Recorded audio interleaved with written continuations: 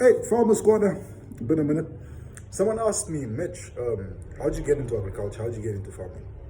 You know, my story is not different from any black African or even white African child story.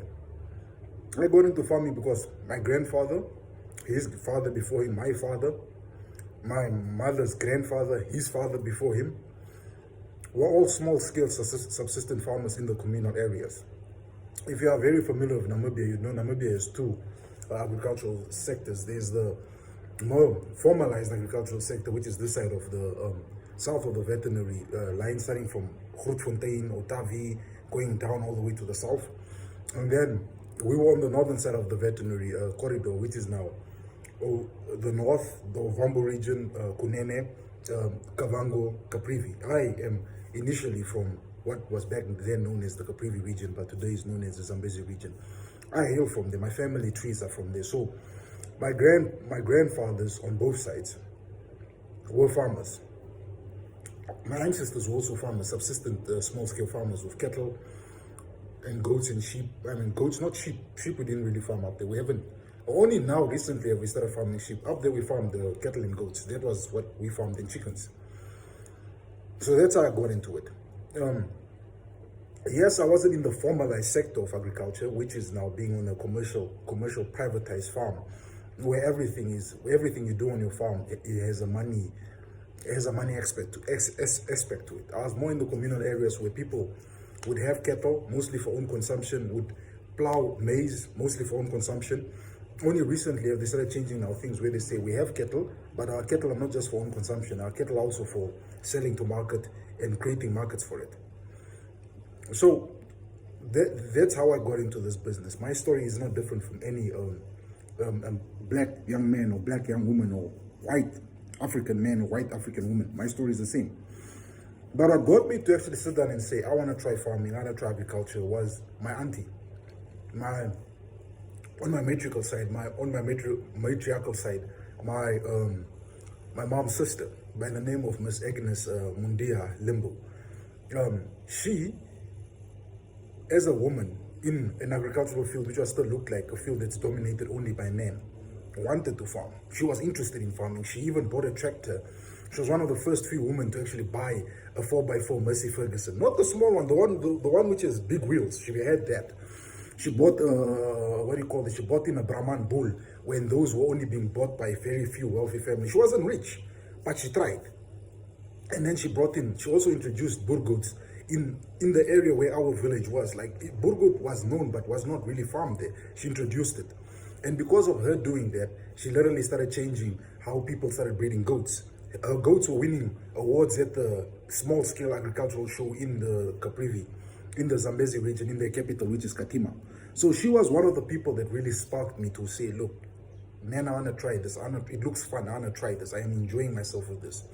And then I was fortunate enough, with the assistance of my dad, to actually formalize it a bit, come and farm a bit this side of the Red Line. We had a small holding here in Witfley, Omaheke area, which is now on a small private commercialized farm where we were exposed to formalized markets, Mitco, various abattoirs, auctions and so forth. So I learned the business aspect of farming by farming this side in the commercial side. And this is what I always tell people, that if you really want to succeed in agriculture, whether it is with planting crops or with cattle farming, with planting crops or with animal husbandry, you need to farm in the formalized side of agriculture, where it is not just seen as something you do for traditional reasons or something you do for cultural reasons, to say, no, I'm a man, I have 100 cows. No, it's where you do it this side, where you learn that for every 50 cows born, I'm expected to make money out of them. As soon as that cow drops onto the ground, it's $100 a day to maintain and take care of it.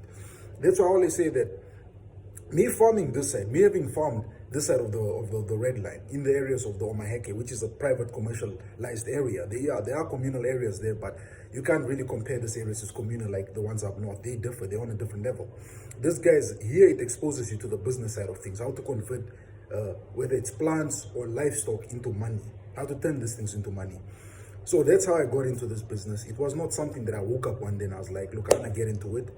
Of course, you have to be passionate about it, but again, you also need to work hard. There's one thing to be talented in something. You can be a talented speaker, But if you don't work at it and sharpen it and make it better, you go nowhere. And I have to say, what got me into this was firstly the love of farming. My auntie showed me, till today she still shows.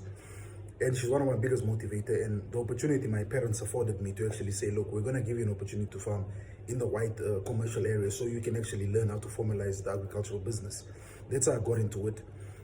So that's what made me get into agriculture. There's no fairy tale story I can tell you. Yes, I did used to read things like Farmers Weekly back in the 2000s. I know I stumbled upon the Boran cattle before the Boran cattle were even popular in Southern Africa. I mean, in the southern part of Africa.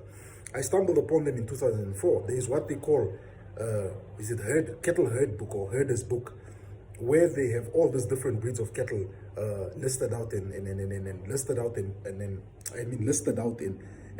a website where you can actually research on different breeds of cattle. I was doing that back in the 2000s, 2005. I was researching on various cattle breeds. I stumbled upon the Boran. That's why I knew its motto, God's gift to cattle men. So that's how I got into it, man. It was, firstly, I can say it was curiosity. Second thing was also the love of farming. My auntie showed. I won't lie, as a kid, I was scared of cattle. I was scared of cattle because of the horns and how big they were. I was scared of goats because they looked very weird. I was scared of chickens, and I still have an iffy feeling with birds. I'm not really a fan of chickens. But then as time went on and I, growing in town, and you lose this fear of animals. Because, come on, I live in town. The only chicken I see is probably KFC or a dead whole chicken that I'm buying in the shop. I don't see how it reacts when it's alive. So, me going to the villages, my parents are saying, no, this kid needs to start going to the villages. Let's see what he can do.